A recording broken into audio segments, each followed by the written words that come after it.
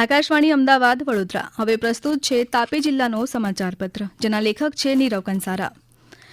તાપી જિલ્લાના ઉચ્છલ તાલુકાના બાબરઘાટ ખાતે દર વર્ષની માફક આ વર્ષે પણ પલાસ પર્વ યોજાયો હતો। આ પ્રસંગે રમતગમત રાજ્યમંત્રી ડોક્ટર જયરામ ગામિતે 2 દિવસીય પલાશ પર્વ આદિવાસી સંસ્કૃતિ સંગમને ખુલ્લો મૂકતા જણાવ્યું કે પલાશ પર્વ આદિવાસી સમાજની પ્રકૃતિ પૂજા અને પરંપરાનું જીવંત પ્રતીક છે।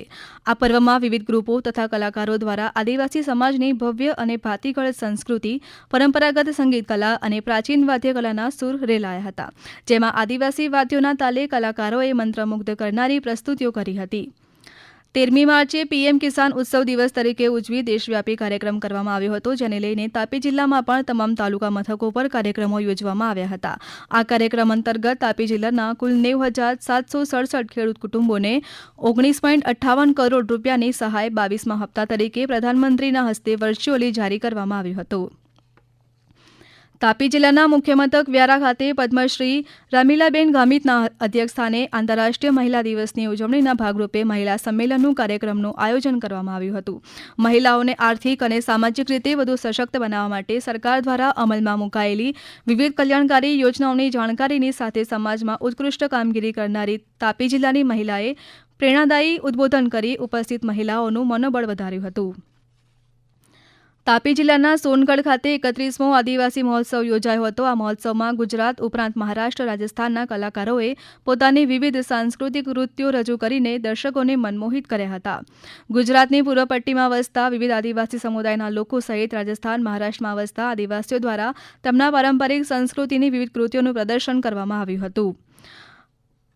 8મી ફેબ્રુઆરીના રોજ ભારતીય જ્ઞાન પરંપરા દક્ષિણ ગુજરાતના આદિવાસી સમાજના વિધિ વિધાન અને સંસ્કૃતિ વિષયક સેમિનાર તાપી જિલ્લાના વ્યારાના આર્ટ્સ એન્ડ કોમર્સ કોલેજ ખાતે યોજાયો હતો, જેમાં હેમચંદ્રાચાર્ય ઉત્તર ગુજરાત યુનિવર્સિટીના કુલપતિ ડોક્ટર કિશોરસિંહ પુરિયા અને ગુજરાત વિધાનસભાના નાયબ દંડક વિજય પટેલની વિશેષ ઉપસ્થિતિ રહી વિષય અનુસંધાને વ્યાખ્યાન કર્યું હતું।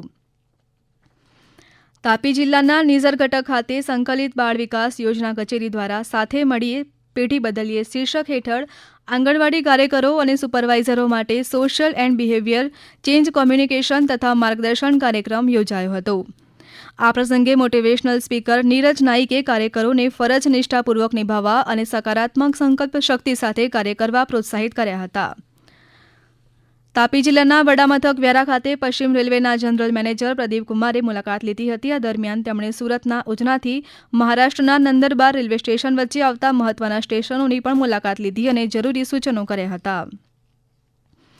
તાપી જિલ્લા વિકાસ અધિકારી રામનિવાસ બુગાલિયાના માર્ગદર્શન અને જિલ્લા ગ્રામ વિકાસ એજન્સીના નિયામક ખ્યાતિ પટેલના અધ્યક્ષસ્થાને વ્યારા તાલુકા પંચાયત કચેરીના સભાખંડ ખાતે સ્વચ્છ ભારત મિશન યોજના અંતર્ગત એક વિશેષ તાલીમ શિબિર યોજાઈ હતી। આ પ્રસંગે ખ્યાતિ પટેલ અને SIID ગાંધીનગરના વિષય નિષ્ણાત જીતેન્દ્ર પુરોહિત દ્વારા ગ્રામ્ય સ્તરે ઊભા કરવામાં આવેલા ઘન અને પ્રવાહી કચરા વ્યવસ્થાપનનો મહત્તમ ઉપયોગ, જાળવણી તથા જનજાગૃતિના શુભ આશય સાથે બેઠકમાં તાલુકાના કર્મીઓને માર્ગદર્શિત કરવામાં આવ્યા હતા। ઉચ્છલ તાલુકાના માણેકપુર ગામે પશુપાલન શાખા અને પશુ દવાખાનું માણેકપુરના સંયુક્ત ઉપક્રમે જિલ્લા કક્ષાનો પશુપાલન શિબિર કાર્યક્રમ યોજાયો હતો। કાર્યક્રમમાં રાજ્યમંત્રી ડોક્ટર જયરામ ગામિત મુખ્ય અતિથિ તરીકે ઉપસ્થિત રહ્યા હતા। શિબિર દરમિયાન નિષ્ણાતોએ પશુપાલકોને પશુઓના પોષણ, આરોગ્ય સંભાળ, રસીકરણ અને સંવર્ધન અંગે માર્ગદર્શન આપ્યું હતું।